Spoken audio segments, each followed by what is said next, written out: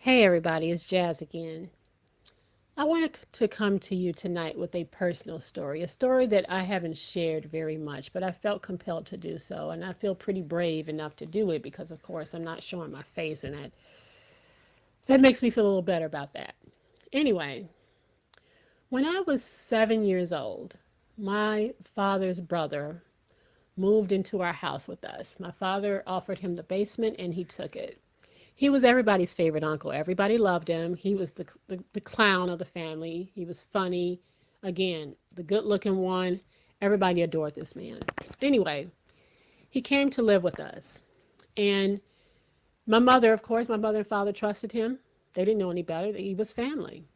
And so when my mother and father would go off to work and I was left at home, my brother and I were left at home with him, he would call me down into the basement and he would touch on me. I didn't really know what was happening, but I knew it didn't feel right. And he would do this all the time. It got to the point where I was so used to it. He would grind on me. It was disgusting, but I just, at a young age, knowing that that didn't feel right, but at the same time, it felt right. I don't know if you understand what I'm trying to say. Anyway, this went on for several years.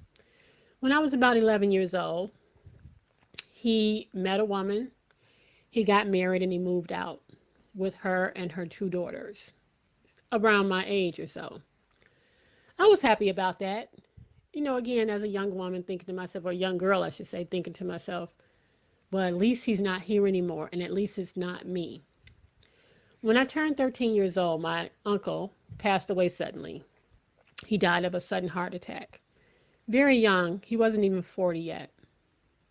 And I remember looking at him in the casket and thinking to myself, bastard, I'm so glad he's dead. But at the same time, I wish, I wish to God I had said something to my parents when he was alive.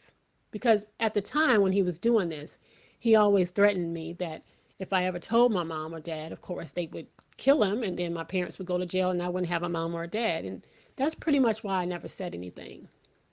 I didn't actually speak up about it until I was 24 years old. 24 years old, y'all.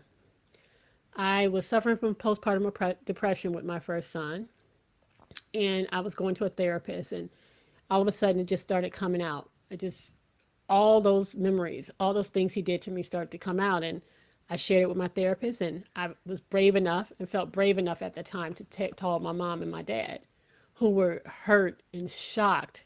They were so hurt that I had lived with that kind of pain for that many years.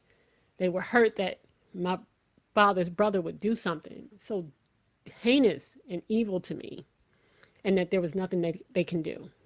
And I know that it still affects me to this day. So for that, I say me too. But that is where I stop. See, I'm getting pretty fucking tired of the Me Too movement. And I know that some people aren't going to like what I'm about to say, but fuck Me Too. I'm sorry, but fuck Me Too. And let me explain why. Me Too started with a woman by the name of Tanara Burke. She started this movement for young black women, women of color specifically, who were victims of sexual assault, all right, but did not have a voice. About a year ago, around this time, of course, some white women decided to take it on and act like it was theirs, and all of a sudden it became Me Too, Me Too, Me Too, right?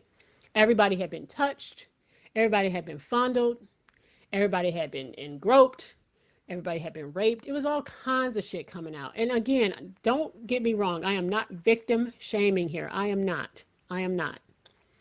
The issue I'm having right now with Me Too is that specifically for the women who said Me Too and who dealt with Me Too but got paid for Me Too. See, there are those of us out here who would never get paid for that kind of pain that we endured.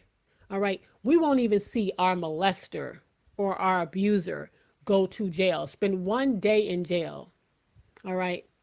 I don't even think death was good enough for my uncle. I don't. I'll never get paid for that kind of pain. But these women out here who knowingly took money from their abusers or who they say they were abused by. All right. And still, okay, I know that they had to stay quiet because they signed NDAs, but you took money. All right. And now you want to come out and say, I was abused by this man. All right. That is the issue I'm having with the whole Bill Cosby situation. I am not in any way saying that Bill isn't a pervert, that he is a creep, that he was a lousy husband. It's what he did to Camille. But I am having some difficulty with the fact that this woman, who he was convicted by basically, she received well over $3 million from Bill Cosby. Okay? He groped her, he did whatever he did to her, never going as far as rape because she never actually said that. All right? He paid her money.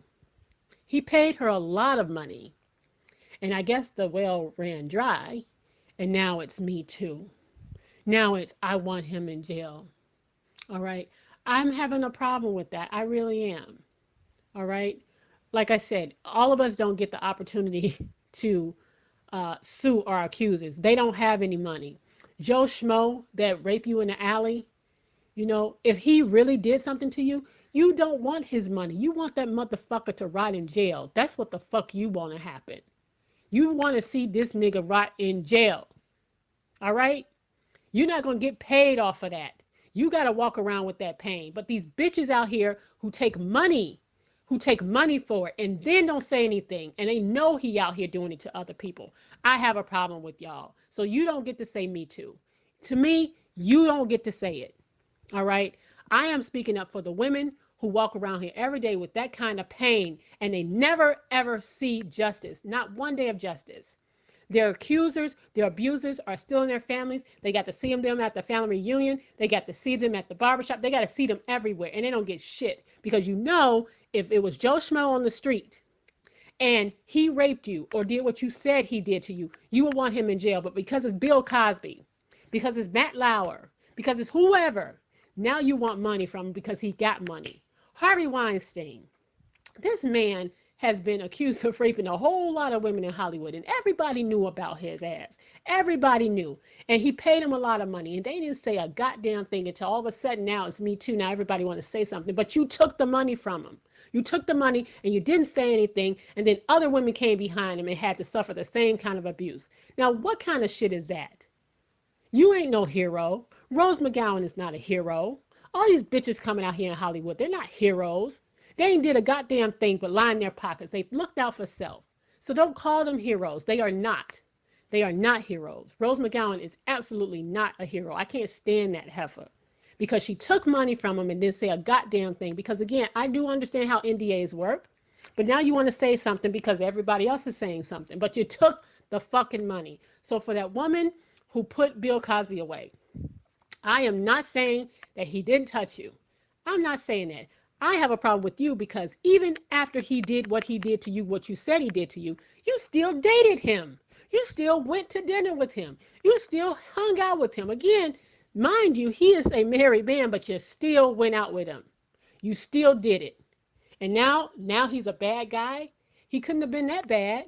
He couldn't have been that bad when you was getting money from him, but now all of a sudden he's a bad man.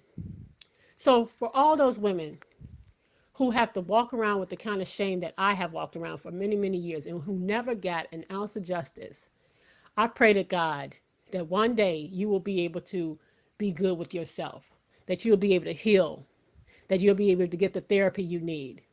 All right? I know you ain't going to ever get a dime, not one dime. Nobody's ever going to give you $1 million for your pain and your suffering. But I do hope that you get healed. Because I ain't thinking about those white tears and all those other women out here that line their pockets with money and all of a sudden now they want to say Me Too. They don't count. They don't count. They're not important as far as I'm concerned. The real women, the women that don't have voices, they're the ones that count.